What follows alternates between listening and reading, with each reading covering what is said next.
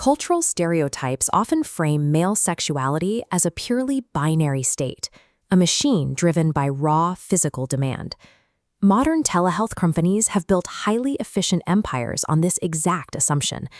They treat sexual dysfunction as a plumbing problem, a clogged pipe, or a loose valve that can be instantly resolved with a cheap, frictionless generic pill.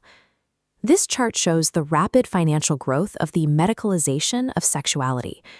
Medicalization is the process of defining non-medical issues, like social behaviors or natural sensations, as medical problems and disorders. But we have to question the results of a system that prioritizes genital performance while almost entirely ignoring the psychological software required for intimacy. By treating desire as an isolated physical symptom, the medical industrial complex has engineered a massive market, but it has also created a dangerous psychological blind spot.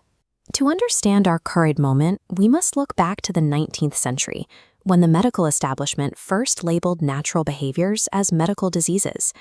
Doctors invented diagnoses like spermatorrhea, a supposed physical weakness caused by losing semen, which was used as a medical justification to enforce celibacy.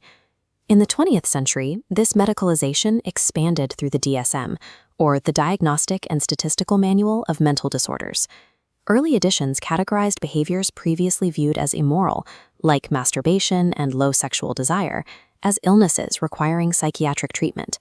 It took intense public protest to secure the historic 1973 removal of homosexuality from the DSM. This marked a rare moment where a sexual behavior was successfully demedicalized by activists after decades of being classified as a psychopathic personality disorder. The invention of Viagra shifted the focus of sexology away from psychology and back to raw biology. The staggering economic success of these sexuopharmaceuticals incentivized the industry to identify entirely new physical diseases. By 1999, researchers began to aggressively push for the recognition of female sexual dysfunction, or FSD, claiming it affected nearly half of all women. The medical model convinced the public that natural emotional complexities and the normal effects of aging were actually physical diseases, requiring a lifetime pharmaceutical subscription. We can see the limits of this hardware-only approach in the clinical case of Mr. A. He is a 30-year-old kickboxer in Portugal. He frequently engages in indoor prostitution as part of a Saturday night ritual with his male friends. Mr. A presents a distinct clinical paradox. He suffers from severe erectile dysfunction with these sex workers, despite possessing perfectly functioning biology and actually preferring sex with his romantic partner. This chart shows Mr. A's results on the Arizona Sexual Experience Scale, a tool used to measure a patient's sexual drive, arousal, and satisfaction. His green vector shows success with his romantic partner, while the red vector shows consistent erectile failure in paid encounters. When his therapist used a social atom map to evaluate his connections, a hidden software glitch appeared. Mr. A harbored a deep fear of intimacy. For Mr. A, his paid sexual encounters served as a narcissistic first aid kit to cope with his clinical depression and as a method to secure social status among his peers. Mr. A's physical symptoms reveal a brain prioritizing psychological safety over genital performance, essentially functioning as an internal defense against intimacy. When Mr. A's complex psychological reality meets the modern telehealth machine, the system is designed to ignore his actual problem. The process relies on frictionless speed.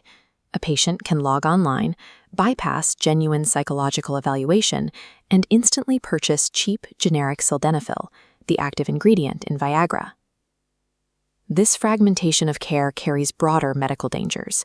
By carving out sexual health from general medicine, doctors miss crucial opportunities to diagnose underlying severe depression or screen for life-threatening comorbidities like cardiovascular disease.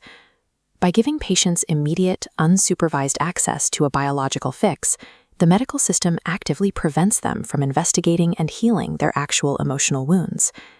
To be clear, the hardware matters. Treating erectile dysfunction medically is a vital early warning system for detecting serious cardiovascular disease and stroke. But critics like sexologist Leonore Teifer argue that our current imbalance ignores the biopsychosocial model. This is an approach that attributes health outcomes to the complex interaction of biological, psychological, and social factors. Relying solely on biological reductionism creates what experts call an exploitable public, people looking for magic physical bullets to solve deep-seated emotional and cultural problems. Modern science has perfectly engineered the mechanics of sex, and it has made the price right. But true human intimacy is a complex software that cannot be cured